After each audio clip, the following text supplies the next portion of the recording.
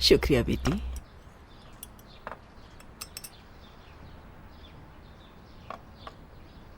ठंड हो गई है ना काफी?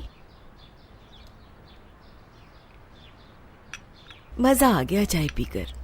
बहुत अच्छी चाय बनाई है तुमने। आपका बहुत शुक्रिया केफसर खाला। खुश रहो बेटा, हमेशा खुश रहो।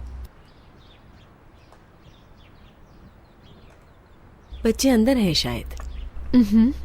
जी अंदर हैं केफसर खाला, उनके आराम का वक्त है। बहुत खूब।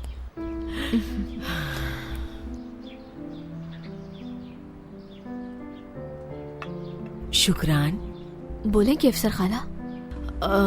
मुझे समझ नहीं आ रहा ये बात तुमसे कैसे करूं। कई दिनों से मुझे ठीक से नींद नहीं आ रही बेटा। खैरियत तो है केफसर खाला? कोई परेशानी की बात है? बिलाल बचपन से ही खामोश तबीयत का है। तुम्हें नहीं लगता तुम्हें जाकर उससे बात करनी चाहिए? ऐसे क्यों देख रही हो तुम मुझे शुक्रान? मैं कुछ समझ नहीं पा रही।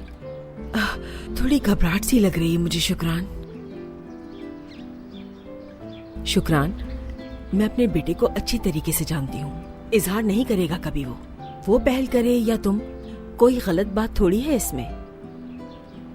लेकिन शुक्रान, तुम ऐसे खामोश हो ये अच्छी बात नहीं है। किसी भी चीज का इजहार नहीं कर रही हो तुम मेरी बच्ची। इसीलिए मैं भी तुमसे बात करते हुए हिचकिचा रही हूँ। तुम तो बिलाल को जानती हो बेटा, वो कैसे अपने दिल का हाल बयान करे। मैं कैसे? शुक्रान मेरी जान, बिलाल ने अपने आप को कैद किया हुआ है और तुम ही एक हो जो उसे आजाद कर सकती हो। वो अपने जज्बात नहीं बताते तो क्या मैं उन्हें बताऊं केफसर खाला? लेकिन जितना मुझसे हो सकता था मैंने कोशिश की है, जितना मेरे बस में था। लेकिन वो कुछ नहीं कहते। सब्र करो मेरी बच्ची, सब्र करो। शायद वो कहने से डरता हो कि आगे से क्या जवाब दोगी तुम। अभी तो उसकी यूनिवर्सिटी चल रही है, तुम्हें पता है ना, नौकरी भी नहीं है। मर्द के ऊपर बहुत सारी जिम्मेदारियां होती हैं मेरी बच्ची।